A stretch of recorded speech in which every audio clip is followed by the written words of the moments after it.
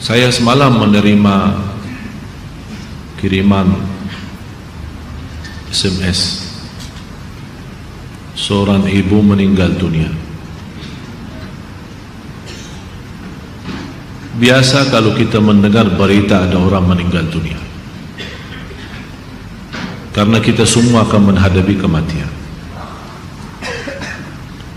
Tapi yang luar biasa, peristiwa yang terjadi saat dimakamkan.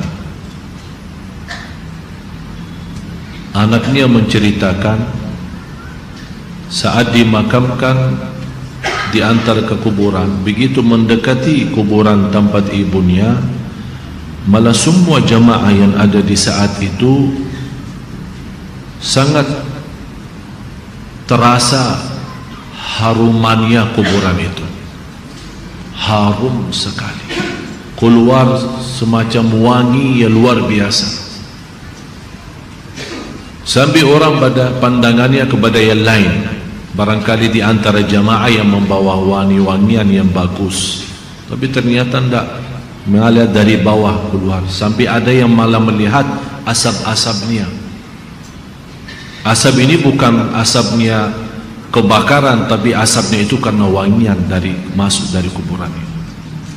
Sampai dikuburkan, malah kata anaknya, begitu saya sendiri yang nurun memakamkan, mengkuburkan ibu saya, sampai saya dan tanah saya sendiri membawakan tanahnya menutupi kuburannya. Pulang ke rumah saya mandi dan mencuci tanah dengan sabun, tapi masih terasa tanah saya harumnya luar biasa, sampai tidak bisa kehilangan. 3 malam masih tersimpan harumnya itu. Saya bertanya lewat SMS, apa kelebihan ibu kamu? Dia bilang, ibu saya biasa, malah orang awam, bukan wanita yang apa gitu, tapi awam-awam biasa. Tapi setahu saya, ibu tidak pernah tidur sebelum membaca surat Al-Mulk, Tabarakalladzi biyadihil mulk. Saya langsung menjawab, itulah yang Allah hantarkan kepada ibu kamu. Dan inilah berita gembira bagi kita semua, sesuai janjian Rasulullah sallallahu alaihi wasallam. 30 ayat syafa'at li sahibiha min azabil qabr. 30 ayat yang telah membawakan syafaat bagi orang diselamatkan dari siksa kubur. Dari situ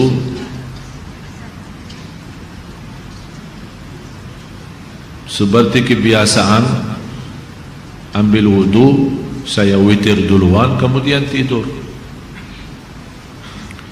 Apa yang saya lihat dalam mimpi? Bapak ibu, yang saya lihat diri saya sendiri di dalam kubur. Sangat gelap, ngeri,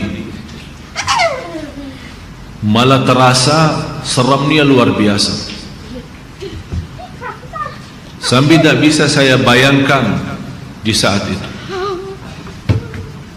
Tapi tiba-tiba sampai saya di situ merasa ketakutan dan kesepian, muncul sebuah cahaya di dalam kubur sendiri itu, dan saya berteriak, siapa kamu yang membawa cahaya itu?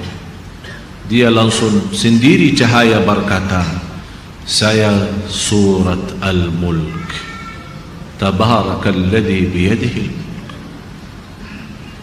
Saya sendiri di malam itu tidak sempat membaca. Saya bangun kaget, saya ambil wudu lagi dan membaca surat Al-Mulk, baru saya tidur lagi. Saya memberikan nasihat kepada semua jemaah yang hadir, tolong sampaikan pesan ini. Jangan tidur belum baca surat Tabarak, karena kita tidak tahu kapan saatnya menghadapi kematian. Bisa jadi itu tidur kita adalah tidur yang terakhir dari dunia ini. Mudah-mudahan dengan kita mengkhatamkan hari kita dengan membaca surat Al-Mulk, Allah ampuni segala dosa kita, dan Allah harumkan kuburan kita menjadi taman dari taman surga. Al-Mulk surah yang luar biasa dahsyat. Saya mohon, biarpun ibu-ibu sedang halangan tidak salat, tetap mau tidur, ambil air wudu dan baca surat Al-Mulk. Baca surat Al-Mulk. Siapapun kiainya, siapapun ustaznya, siapapun dokter yang melarang kita sebagai wanita membaca karena lagi halangan, saya sekarang berkata, ibu-ibu sedang halangan, baca surat Al-Mulk. Karena saat kematian tidak akan bisa membedakan kita lagi suci atau lagi halangan, mati-mati. Dan Allah Maha tahu niat kita. Dan lebih baik saat kita membaca sedang halangan, jangan megang Al-Quran langsung, menyentuh Al-Quran langsung, sebagaimana saya jelaskan, bagi sarung tangan atau bagi HP kita. HP kita yang isinya Al-Quran, buka surat Al-Mulk di HP kita dan kita baca. Karena di situ anda bukan megang Quran tapi megang HP. Begitulah kita rasakan. Kalau ya Allah, seandainya engkau mencabut nyawa saya di malam ini, saya sedang halangan, tapi ya Allah, saya membaca surat Al-Mulk, niatkan diselamatkan ya Allah dari siksa kubur. Dan harus kita yakini, kita di umur kita di dunia kubur jauh lebih panjang daripada umur kita di dunia, bisa malah ratusan tahun. Ada yang sudah di alam kubur 1000 tahun, ada yang lebih, kira-kira bisa terbayang 1000 tahun. Apalagi ummah yang terdahulu. Oleh karena itu jamaah sekalian, waspadalah, berhati-hatilah. Marilah kita sama-sama menjaga kebaikan itu. Karena sungguh inna rahmatallahi qaribun minal muhsinin. Sungguh rahmat Allah sangat dekat bagi orang yang berbuat baik. Sangat jarak kita menuju ke akhirat sangat dekat, sangat-sangat dekat. Malah jauh lebih dekat daripada rencana kita besok. Jarak kita ke akhirat, jarak kita masuk kubur jauh lebih dekat daripada rencana kita besok. Malah kematian itu jauh lebih mendadak dan lebih cepat daripada kita mengambil suapan makanan. Belum kita sampai menantarkan, membawakan suap makanan sampai ke mulut kita, sudah dicabut nyawa kita. Jauh lebih cepat itu. Oleh karena itu marilah kita sama-sama semua kita punya salah, punya kekurangan. Apa yang kita senang melihat nanti di hari kiamat, jangan perbuat. Apa yang kita ingin ketemu nanti di hari kiamat, silahkan. Apa yang kita takut dan malu dilihatkan oleh Allah nanti di hari kiamat, jangan berbuat. Dan apapun yang kita tulis, senang kita ditunjukkan oleh Allah, silahkan tuliskan. Kalau kita malu dilihat nanti oleh umat manusia dan dilihat oleh para malaikat yang menjadi saksi, jangan tulis macam-macam.